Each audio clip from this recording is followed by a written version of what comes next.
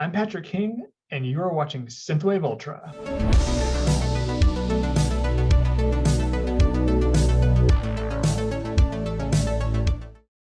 Combining sci-fi soundscapes, retro wave and cyberpunk elements, and intensely personal songwriting, today's artist has established himself as not only an excellent musician, but also a great storyteller, with each track providing a chapter in a grand, emotional science fiction epic. Welcome my guest today, Syst3m Glitch. So we're here with Syst3m Glitch. I know I remember you had mentioned that you've always kind of been into synthwave, but you specifically got your start with the Michael Oakley remix of the remix of Michael Oakley's Control, right? That was like your first big synthwave track. That's it. Nice. So how did you get into that? Like, how did that come about? It's I wish it was a cooler story, Patrick. I feel like it's just not, but I will try to make it fancy. Once upon a time. Yeah, I'm kidding. Nah, I can't do it. But I do think email marketing works sometimes, and I use some of the it's for me. There's this bundle of audio production tools that I use. It's called Slate. And as a part of that bundle, you get this synthesizer program as part of the license, and like that company is connected to another company. It's somehow stole my email address. I saw this email come into my inbox, and I had not made music for fun in a really long time. I mean, it's probably been 4 or 5 years since I'd produced a track, period. And I'd done a lot of commercial work, like jingles and car commercials and stuff, but that's just not really where my heart is, but I mean, I do enjoy that work. But this came into my email, and I was like, oh man, pink and purple, I haven't seen that in a while, and it's true, when you're not really connected to the 80s scene, you don't really see the 80s aesthetic that often out in the world. I see it everywhere because my eyes are tuned to it, right? But when that happened initially, I just got a picture of Michael Oakley looking that way, and I was like, that's a cool looking photo. What is this about? And it was a remix contest, and something in me was just like, you should do this, and that was it. And so I got the track, I downloaded the bits and pieces, and I was like, what is this style of music? And what's funny, not to be a walking cliche, but I will be right now. What's funny is a friend of mine just a month ago asked me that famous synthwave pickup line, right? Have you ever heard of the Midnight? I had just finished listening to Endless Summer, probably, I don't know, a few days before that. I had it on repeat for like a month. And I think that had some influence over my approach to the remix, even, because it was all the synthwave I knew was Endless Summer. And that's not a bad start. Oh yeah, it's classic. So I just, when I listen really critically, and I listen as a student. I try to enjoy songs. Sometimes I can't. I wish I could. But like I always listen with like, how was this done? How was that done? Oh, that sounds really cool. That's neat. You know what I mean? And I think I carried some of that thought frame over to the remix and did some things that were still sort of in my black book of tricks that I carried over from a previous life when I was an EDM producer, and it just all sort of stacked up, and turns out I won. I did not plan on winning. I really didn't, but I had a giant army of people behind me supporting me as well, casting votes, and it was just really, really neat to get so much support just from my local hometown. You know what I mean? Oh, very cool. So yeah. But I'm a live player. I play several times a week, and that I've found so far has been a really valuable skill in coming to the scene, being armed to immediately go out live. So I'm ready to go. So that's a whole other subject, I'm sure. But oh yeah, no, that's awesome, because I know it just seems like just in the last, I guess maybe just obviously prior to COVID, but like in the last 3 or 4 years, live synthwave is really become a thing. I mean, I remember it was a big deal when like FM84 and Ollie Ride did their big live show in I think in San Francisco, and then it was a huge deal when the Midnight did their first tour, and then you see more and more folks doing that. So yeah, that's really cool that you have your whole setup ready for that. Yeah. I try to make it a rule that I don't make a piece of music that I can't play. Hmm. And I think it's really hard to do that sometimes because I think so much of our style of music, right, is wrapped around like, you have to all this and like, yeah, I can't do that, but there's always a piano or a keys instrument somewhere in my music that I'm able to ride with while I'm singing. And I try to keep that as authentic as I possibly can. There's a lot of I have a lot of hopes for some unplugged material as well. So we'll see how that shakes out. The closest look to an unplugged track that I've got so far is probably I Remember off the last album. Because, and even in the live performances so far, that song did well, just keys and vocal. And I think that would work. There's also a song I put out not a long time. There's no such thing as a long time ago with me, is there? Oops. But one of my first songs, Raining in Tokyo, actually I think has a future as an unplugged track as well. So we'll see how it works out. But I love the performance vibe and just connecting with people and being able to interact with your audience and kind of read them and them read you back and have that beautiful exchange, and have not had a chance to do that yet. So I can't wait. Yeah, that's really exciting because that's super cool because I know like like shows are as things are winding-ish down, like things are kind of picking up. So like I know like Terminus Retrowave is picking up in Atlanta. Like they've done a few shows, I guess over the last month or so.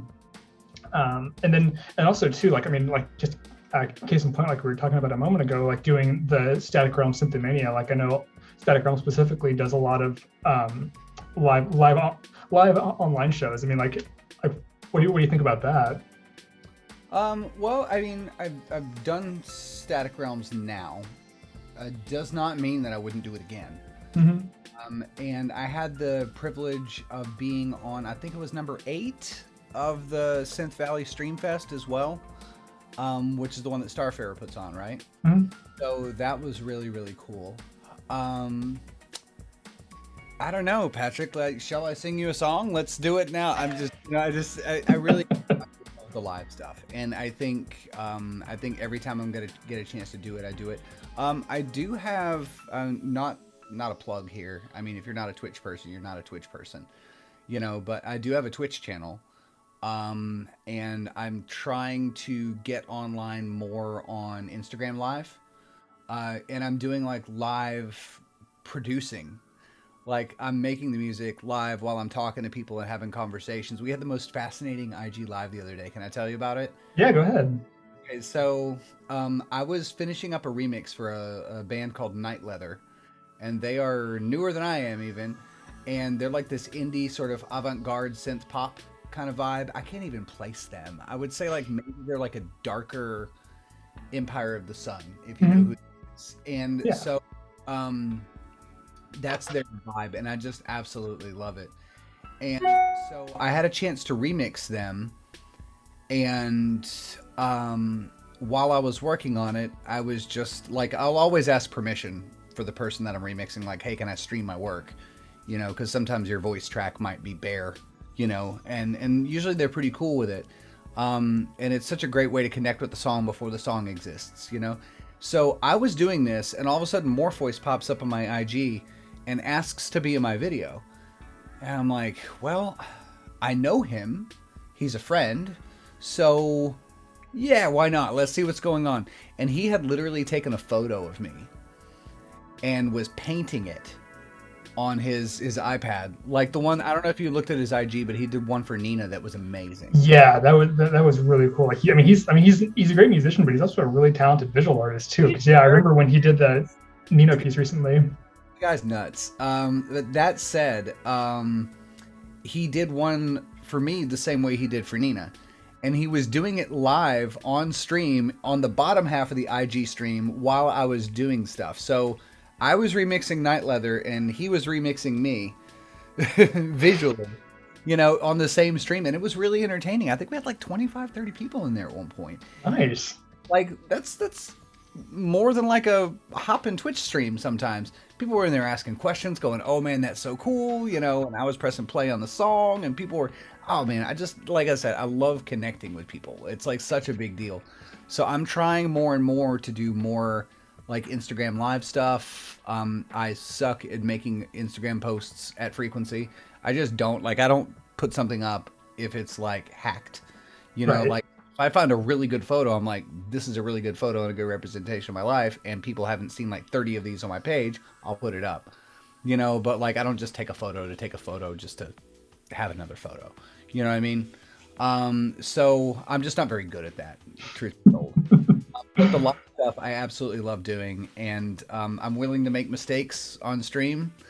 I'm willing to record vocals without a bunch of processing. You know what I mean? And just, you know, it's a good time, man. This scene can be a real fun experience if you allow it to be. Yeah, for sure. I mean, that's one of the things that like I especially really like about the synthwave scene is how it's like it's very community oriented. It's very community oriented. Like it's very friendly. Like I mean, you know, for the most part. But yeah. Like I mean, people are really enthusiastic about it. And yeah, just like you said, like I mean, having that like basically impromptu like you know art and producing party on your Instagram live, like that's really cool. Yeah. Totally unexpected, but I look forward to whatever else the future holds because there's a lot of cool things going on right now. And the album is just like, what is it? It's coming up. It's 2 months old, actually. Wait, no, hang on.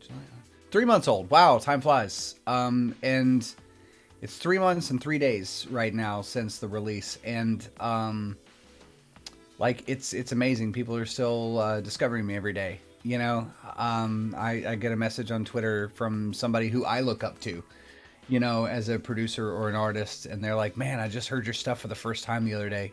You know, keep up the good work. And I'm like, I didn't even know how to approach you. Thank you for writing me. You know, That's awesome. it's so encouraging. You know, I heard from I heard from Chris over at Wolf Club the other day. Just like, hey, I added one of your songs to my playlist, my personal playlist. And I was like, that's really touching. Thank you so much. You know, and I still stay, of course, I stay in touch with Michael. You know, we talk probably every day. He's probably annoyed of me by now, but he's conversations, so I'm going to keep having them. Yeah, for sure. I had a chance the other day to meet Sunglasses Kid for the first time. You know, Cool. we had a video chat, but we got a chance to meet, and then heard from somebody else I looked up to. Believe it or not, Volcor, you know, reached out, and I was like, man, I love your stuff. Oh yeah, Volcor X is awesome. So cool, so cool. And left me a really encouraging message. You know what I mean? Like, you know, I'll be checking India in the future. Da, da, da, da. It's just like, wow. Oh, You know, nice. I don't know. I think I was talking to gosh, who was it? It was Pattern Shift, if you know who Pattern Shift is. Mhm. And he was really encouraging. We did Synth Valley Stream Fest together. And he made some sort of a reference to a songwriter, and I have to admit, I'm gonna lose that name right now. I'm not gonna have it. But he was saying it was just really, really nice to have some synthwave with some songwriting in it. And I don't think that there's an absence of that. I think that it's more that there's just like an abundance of instrumental synthwave out there, right? It's just that some people like instrumental synthwave. They don't even like vocals. But we had a good talk about like, you know, songcrafting and storytelling, and you know, just you know, it's neat. Like I have not had one situation where I felt like, okay, I can't do this because this is against the rules. Or, you know, I would do it this way, but I don't think my audience is going to like it, so I'm going to do it that way. You know, I haven't found myself at that impasse yet, which has been really, really awesome. So, Yeah, that's it. Sorry, go ahead. letting me be me. Yeah, that's great. I mean, that's also one of the things that's really cool about, you know, synthwave in general is that like there's so much room for like experimentation and like, you know, basically like creating your own voice like that. I mean, you have like such a distinct style. I mean, I was going back and listening to Beyond Stars today. It's just Thank you.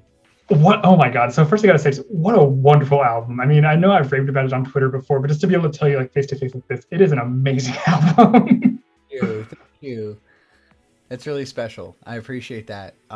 It was a special album for me too, man. You know, this is going to sound so cliche, but I'm going to say it anyway, because guess what? Cliches are cliches because they're usually true. You know, so I'm going to go be a cliche. I feel like the album wrote itself. you know, and I don't mean in like that sort of like, you know, campy way of like, I'm just so inspired, you know, like it's not like that. It's just, you know, what happened was I had a few songs. Actually, Young and Wild and Free existed before the album. And it was an obscure single that nobody knew about because it was my first track after the Michael Oakley remix. I did 2 tracks in a very big hurry after the Michael Oakley remix because I didn't exist. So I had to exist just like that. So I had like a month to make some music, and I made 3 actually. I made Neon Rain, which is an instrumental. I made Raining in Tokyo was part of that batch, and Young and Wild and Free. And I put those all out within like a week of each other. And it was like, boom, here's like a half an EP. You know, just this is who I am. And I was like, who I am, I think. I don't even know yet, you know, but this is who I think I am. You know, and Young and Wild and Free already existed. And then I think the next song that got written off that album was A Place for Us. The kind of dancey one. Mm-hmm. The one that precedes this song called Scars. And A Place for Us and Scars actually at one point were one song. And it was like an 8-minute song, and the end of A Place for Us went right into Scars. And we had to cut it for album purposes. And I think that kind of damaged it a little bit personally, but it was a decision that had to be made. You know, and otherwise neither one of them could have been a single. And so what started happening was we had this song and this song and this song, and I was like, you know what's funny is if you put this over here, this kind of seems like it occurs chronologically before if you put this over here. And I'm like, wow, this is starting to become a narrative, you know? And I'm like, I'm writing about the same stuff, which is just what you do in a season of your life. You know what I mean? And I'm like, but this is actually telling a story of a guy and a girl. And I'm like, what if I could tell a story of hope? That would be sick, because there's just not that many of those. Oh yeah. When's the last time you saw something you were like, man, I feel really good about humanity right now? You know, not a thing. Never. So I don't care what political stance you have. Nobody's doing a good job with anything anymore for other people. You know, it's just, we just suck. I just wanted people to be inspired, you know, and, you know, whatever your belief system is with that album, I hope it speaks to you, you know, and says that, like, you know, even though we're in the midst of a really dark circumstance right now, we have a shot at something better. And no matter what it takes to get to that something better, it's a risk we have to take. So that's the way the story came together. And then something so special happened with Night Ride. Karin and I had a chance to get together, and we realized that there was a lot of story here. So for my album release, we did a whole episode on Night Ride with an interview and all this stuff, but we also wrote a fiction to occur in between the tracks. Oh, wow. We did it like radio theater, so it was like background noise and explosions going off, and, you know, we wrote a whole separate radio play. And it was like, I think she said it was the most listened to episode on Night Ride ever. That's awesome. Really, really cool. It's been such a wild ride. And yeah, I mean, think about the great privilege. You know what I mean? Of like being able to tell a story that you want to tell the way you want to tell it. And then people liking that. You know, that just doesn't even happen in this life. You know, so I'm so fortunate. So fortunate. And even to be here with you today, I really appreciate you inviting me into your world and saying, you know what, I'm going to take whatever my episode is, it's going to be Syst3m Glitch this week. You know what I mean? Like that's special. Thank you. Yeah, of course. Yeah, I'm you know, really happy you could join me, because yeah, I mean, like you said, like making something like that and like putting out in the world, like that's like, you know, an accomplishment in and of itself. But like having such a good like response and reaction to it, that's such like a wonderfully validating feeling. You know, like it makes you feel just really good. I've had about 30 other years of really not good feelings. So it's, I think sometimes we have to, you know, we kind of, we bleed into the mortar of our own brick building. You know what I mean? Like we go through a lot of pain in order to be able to make something more solid. And then eventually these kinds of moments might arise, you know, where you get to have a little bit of satisfaction in your work. But I'll tell you, there's at least a couple decades of me knocking on doors and being told no, prior to this. And like, there were plenty of chances to give up. And as a matter of fact, before that Control remix contest I was just making music literally, I tell you, like for car dealerships and wholesalers that were trying to advertise their website on the radio. And that's all I was doing, you know. And it was really, it was fine. I tell you, it pays bills, but it's definitely not art. You know, like the most fun I had was like, you know, should I use this vroom sound or that vroom sound to make it sound like a car is driving away? You know, it did, you know, it's not really artistic choice. You know what I mean? So, yeah, it's been good. No, that's great. Because, yeah, I mean, I totally know what you mean about having, you know, having a job that's, you know, kind of in your field. Like it pays the bills, even though it's not like really creatively satisfying. But yeah, I could say it's really cool to kind of like carve out your own niche like that, where you are able to like, you know, really create your own voice and create something that's very you, and like, you know, put that out in the world. Like that's a really special opportunity. I mean, like again, like I'm so glad you did, because it made just this wonderful album. Yeah, I'm looking forward to finding another story to tell. You know, I don't really want to rush into it. So I'm sort of taking my time right now. It's a really weird season for me, because like it's not that I've never released an album. I've released albums before all of this, you know, but this has been different in that like this was like 10 tracks that went out, and then I'm thinking about like what's next. And I know some artists, they'll finish an album, and like the next day you'll see them on like social media saying, I'm halfway done with recording the next album. And I'm like, I'm impressed. You know what I mean? Like, I don't know. I have to like take some space, because like, I feel like, and you know, then you've got like Call, right? From FM84. It's been like 3 years, 4 years, 5 years, hasn't it? Since Atlas? I think Atlas came out in 2016, so yeah, it's been about 5 years. And then I know they did Bend and Break, I think 2 years ago. So, but yeah, I think pretty sure Atlas came out in 2016. But what I like about the thing that he said recently publicly, and I think we can sort of all aspire to this, is to say, you know, when's the next album coming out? When it's done, and when it's good enough that it feels like, you know, I would be proud of anything that you listen to. And like Beyond Stars kind of turned out that way, but I will say this, like Beyond Stars is very mixed in terms of genre. I know every song on that album is not going to be a hit for every person. You know, like you may have to press skip if you don't like power ballads. You're going to have to skip track number 3. You know, if you don't like dance music, you're going to have to skip track number 4. You know, it's just what it is, you know. So this next one I'm very excited about, and I think actually I can give you like a sneak peek into something, if that's possible. I'm not going to play something. That's not what we're set up for today, but I will say that I had an opportunity to work with Aztec over the last few days. I just finished up a remix for Thought Beings, and we are putting out, if you're familiar with their song Sundown, we're doing a remix of Sundown, and it's finished. Nice. What you're about to hear on that song, I think, is very representative of like the approach I'm going to be taking moving forward. So like, I'm kind of sharpening up a little bit and getting my tools down and starting to realize like, okay, I went that direction with this, but I would have really liked it if I would have gone this way. And now I get to like pause, take a deep breath, and be like, okay, was that really who I am? Is that who I'm going to be?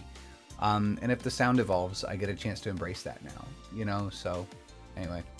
Yeah, that's great. Cause yeah, like it is, I mean, yeah, like it's like, it is really cool when you're able to like evolve your sound, and like, and that's the thing too with just kind of like art in general. I mean, like I know that just as a visual artist, just like you learn things as you go. And it's that way, like when you do the next thing, like you have that tool in your tool belt to be able to do that better the next time. Yeah, totally.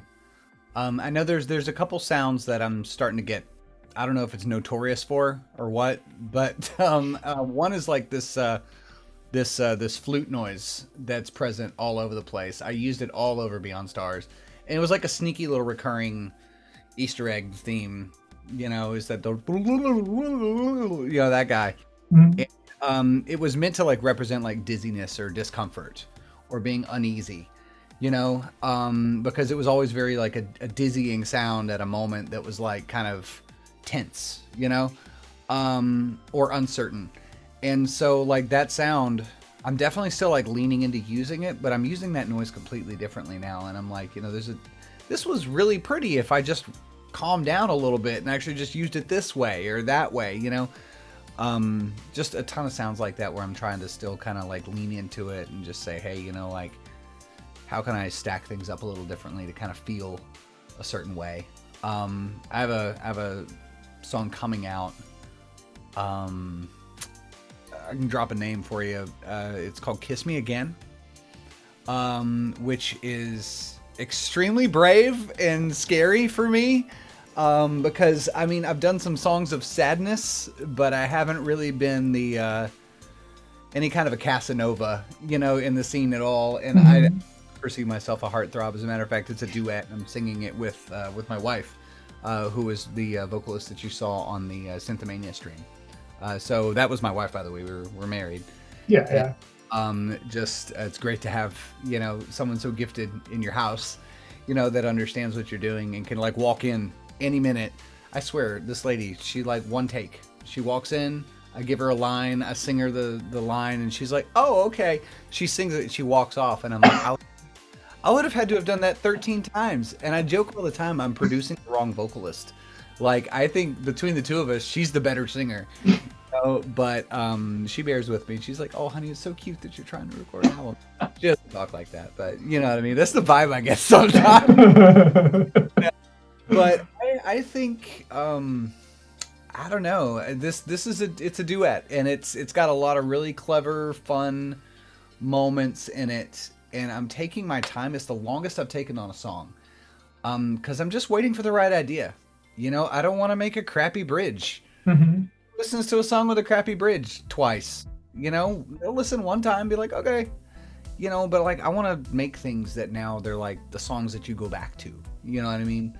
It's the one that's been stuck in your head all day, and those songs are a blessing in my life. The ones that I can sing over and over and over again, because they just put you in a mood, even if you're not hearing them. You know what I mean? And like, that's what I want to be. Like, that's where I aspire, Yeah, for sure. And I mean, kind of going back to what you're saying too, of like not wanting to like, like kind of like the when it's done approach of yeah, like you want to make sure like it's nice and it's polished and like you're happy with it, not just like it's good enough. Like you want it to be like good. So yeah, that's a great attitude to have as far as like developing your own stuff. Like that's good. Yeah, me and Shadowrunner talk about this all the time. We say art is never finished; it's just abandoned.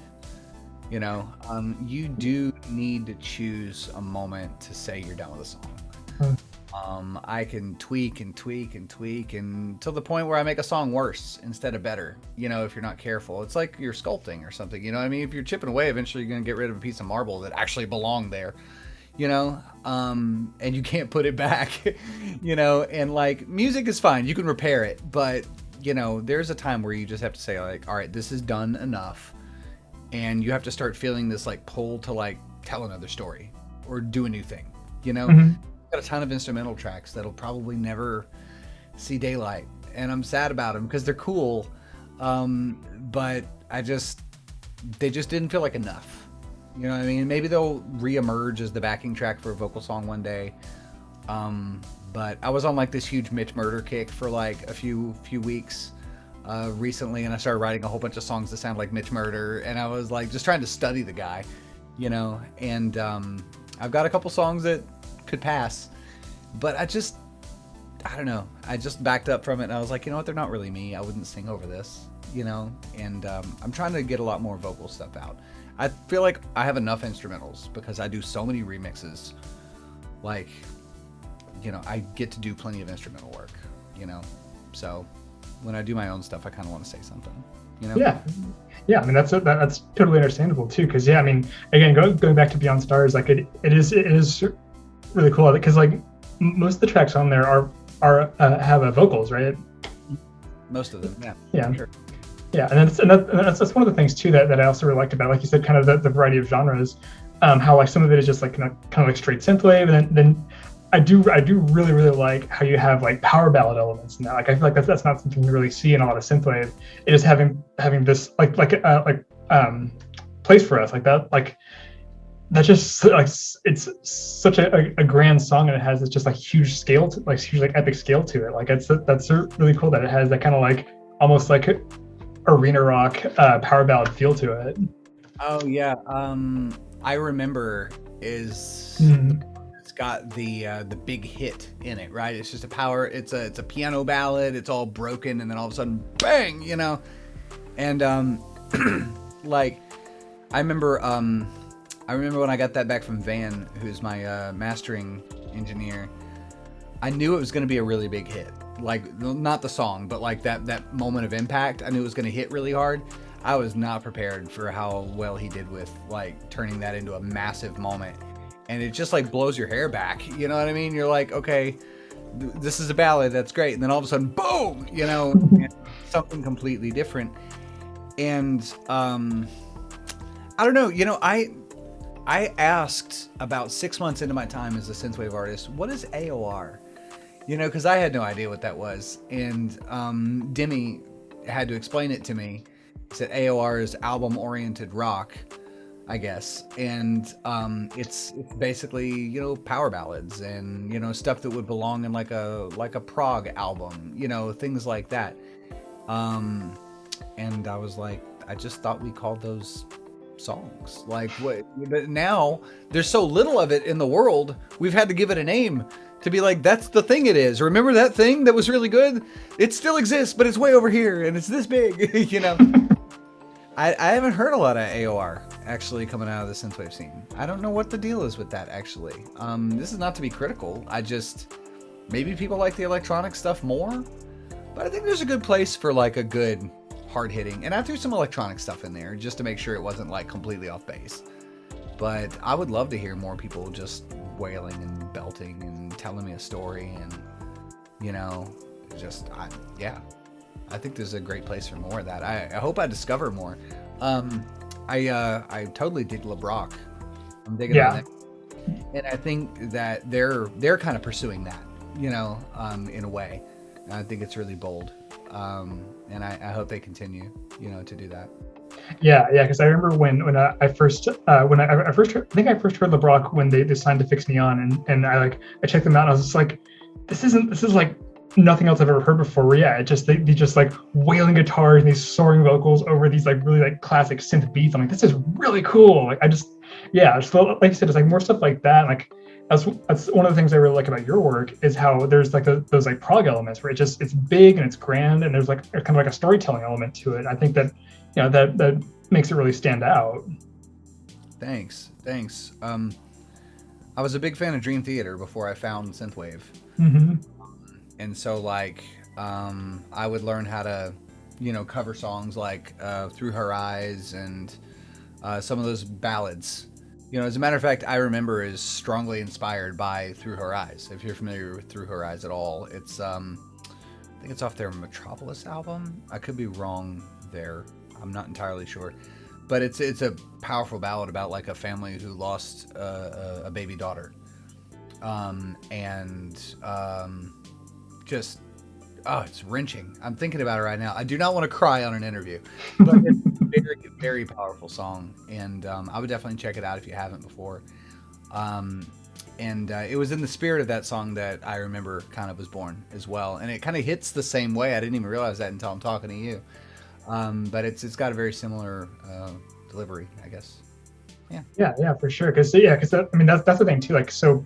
I guess it's been a while, but like when I was in college, I got really into like prog and power metal. So I was really into Dream Theater and like Symphony X and stuff like that. Where again, it just has this really grand, but also just like in cases like that, just like this very personal feel. Like that's well, that's definitely one of the things I really see in your work is how just like intensely personal a lot of it is, and I also think that's really cool too. How like, I mean, going back to the Synththamania thing, how like you had your wife performing with you, and how she does the vocals on a lot of your songs.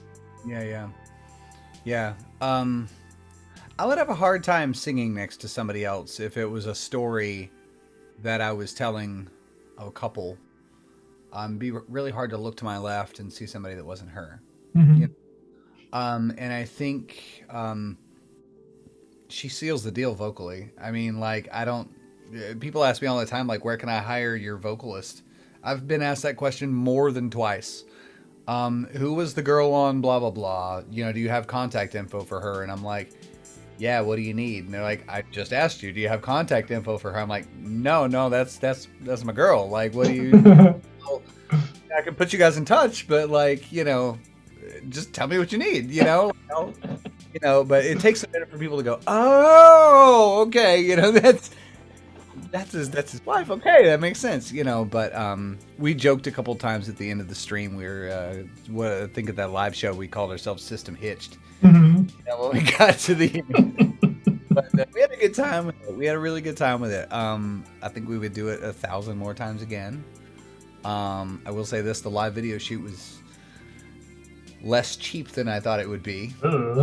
So I'm still kind of trying to figure out how many of those I can do. You know, you kind of have to balance that, right? Like, I think the album is doing well. I think it needs to continue doing well for me to continue to be able to put out stuff like that on a regular basis without like feeling like, oh man, this is a huge sacrifice, you know, because like you hire camera people and light people, and it's like even in a space like this one, because it was recorded here actually, even in a space like this, it took professionals knowing what they were doing to make the most of this space. When you watch the video, it looks like it's in some room of undefined location and undetermined, you know, size. But literally it's like 12 feet from one wall to the other. You know, you're like this far from me, and the wall's right there. You know, it's like this tiny room, and they did such a good job making it feel like it was such a bigger space. So impressive. And there's, you know, you compensate people with skills like that, you know. So I trying to figure out what my next engagement's going to look like. The next one, I think we're going to do a live, like a whole band. You know, we're going to do it. So I've got my drummer and my guitarist and all that lined up, and we're just trying to see what that's going to look like. But I'd like to have a second album before we do that, so maybe we can do songs off both. Yeah, that'll be really cool, because that's and also going back to what you were saying earlier too, like having like that analog element, so like when you can perform in live, it's not like you're just, you know, walking to your laptop and pressing play. Yeah.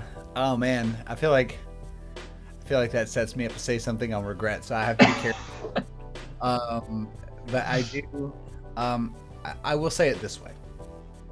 I think true fans become true fans when they see their favorite artists putting in work. And I don't say that to insinuate that people that, you know, press play don't have skill, because I think that to get the song to a point where it's publicly edible, right, is already a skill. Mm-hmm. You know, I think musicians have it harder than anyone else in the world when it comes to trying to promote themselves or deliver their product. Because think about it for a second. Here's my phone, right? If I'm a painter, right, visual artist, I'm not saying, okay, but I'm saying it's a little bit harder for the musician. I'll tell you why. Because if you're a painter, you can be like, hey, here's my painting, check this out. And somebody goes, oh, that's really cool. Where can I get that? And that's the whole conversation, maybe, right? I know it's harder than that. So I know there's things I don't know.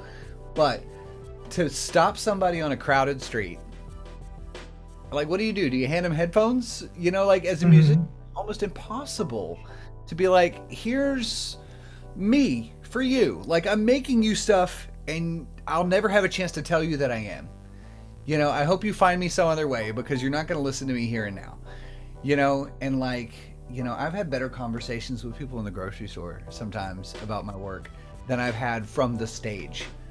You know, because like you just have a chance to be personable with somebody for a moment and be like, hey, this is why I made this. This is how I feel about it. And, you know, I get a message later, hey, this is Lindy from the grocery store. Thank you for da-da-da-da-da. I just followed you. I'm like, thank you, you know. But it's hard, you know. I feel like I didn't answer your question just now.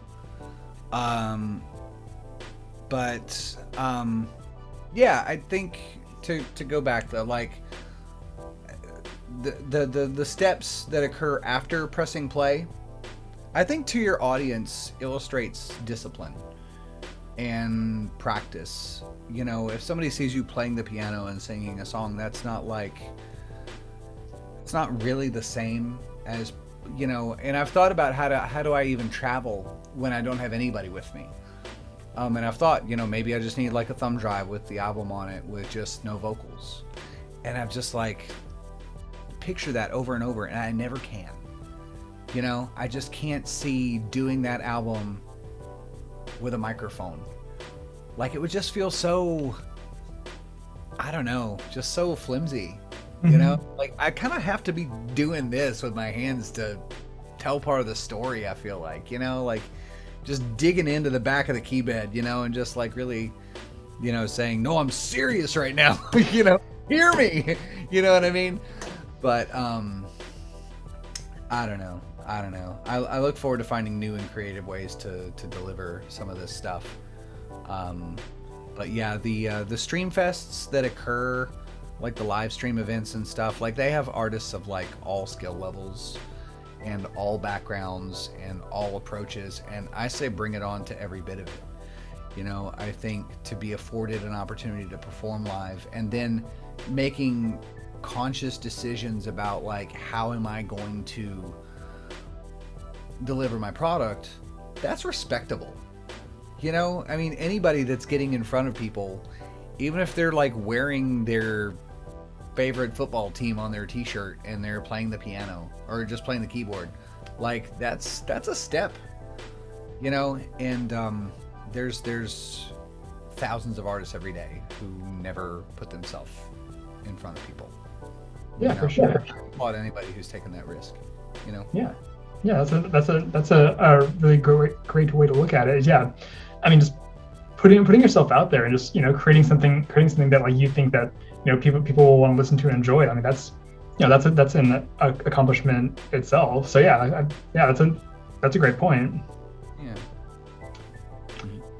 Well, so we've got a few more minutes. So, was there anything else you wanted to add or promote or anything like that?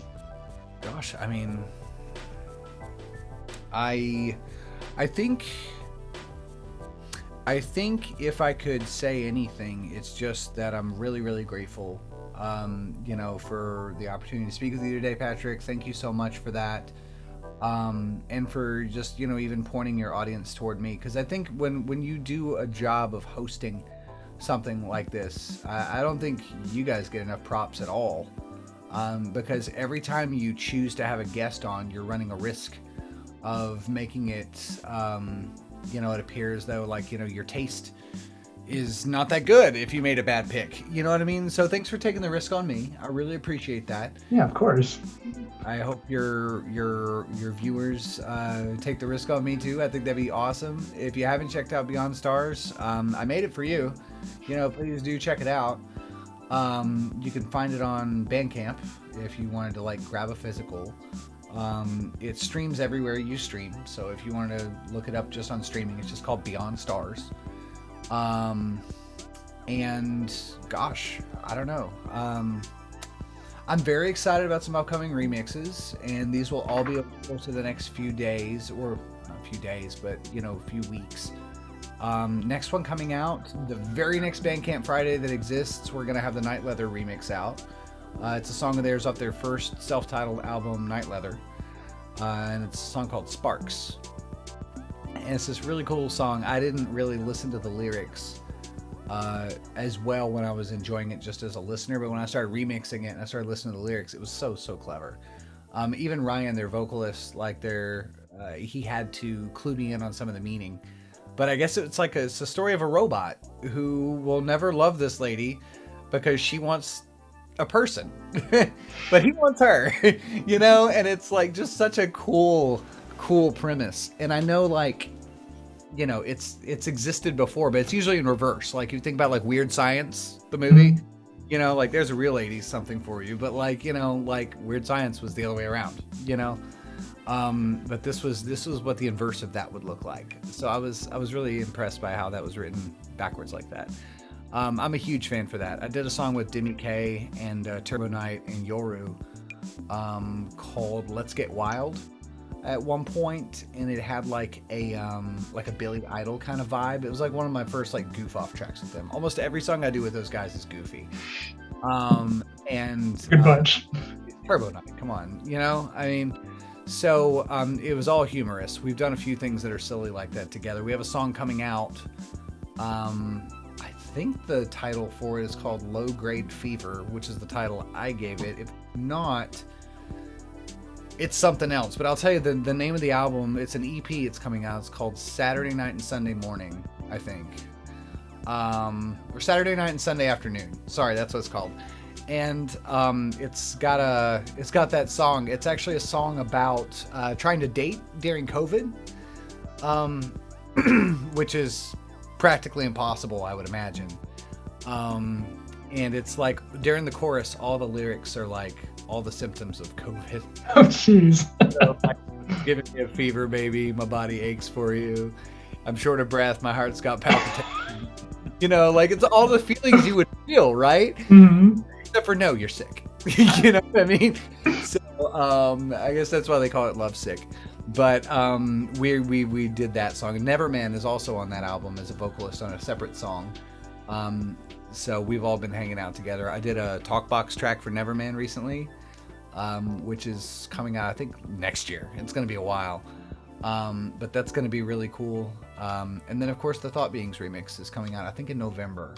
So I should have, even though I don't have any of my own singles coming out anytime soon, I should have a track of sorts dropping every few weeks throughout the rest of the year.